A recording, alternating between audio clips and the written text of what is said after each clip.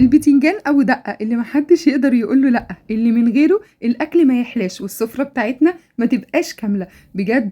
على السفرة بيحلي أي أكلة البتنجان بطريقة وتتبيلة خطيرة. يلا بينا نصلي على الرسول، وما تنسوش لايك وشير للفيديو، ويلا بينا نشوف البتنجان بتاعي. أنا هنا جايبة بتنجان عروس يا جماعة، بتنجان بتاع المخلل اسمه بتنجان عروس. هاتي الحجم المتوسط، ما تجيبيش التخينة قوي ولا الرفيعة قوي عشان ما تتحرقش منك. نغسله وننشفه من المية عشان ما يطرطش في الزيت واحنا بنحمره.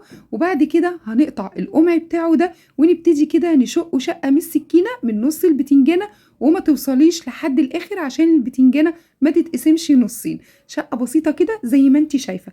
ويلا بينا بقى نحط طاسة على النار وفيها زيت على نار متوسطة، وننزل بالبتنجان بتاعنا اول دقيقة على نار متوسطة، وبعد كده نهدي النار عشان نسيبه يتحمر براحته وما يتحرقش مننا، علشان البتنجان بيتحرق بسرعة وبيطلع اللحم بتاعه ني، وعشان كمان ما ينشفش منك. بعد ما يتحمر هنبتدي كده نطلعه من الزيت ونصفي الزيت بتاعه كويس قوي. ويلا بينا نعمل بقى التتبيلة الخطيرة.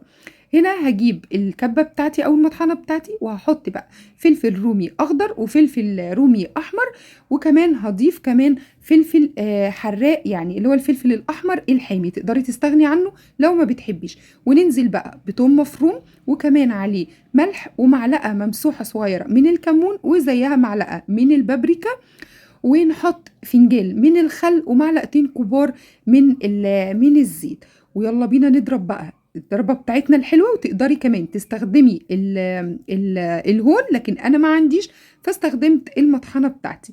بعد بقى ما عملته نجيب البتنجان بعد ما يكون برد خالص عشان ما يحرقش ايدينا واحنا بنتبله، ونبتدي بقى نحط التتبيلة الخطيرة التحفة دي. وتقدري تغمسي كمان البتنجانية جوه التتبيلة علشان تبقى واخدة كده طعم جوه وبره. هتاكلي احلى بتنجانة، هتسيبي الاكل كله وهتقعدي تاكلي في البتنجان، بجد طعمه خطير. اتمنى ان يكون الفيديو عجبكم.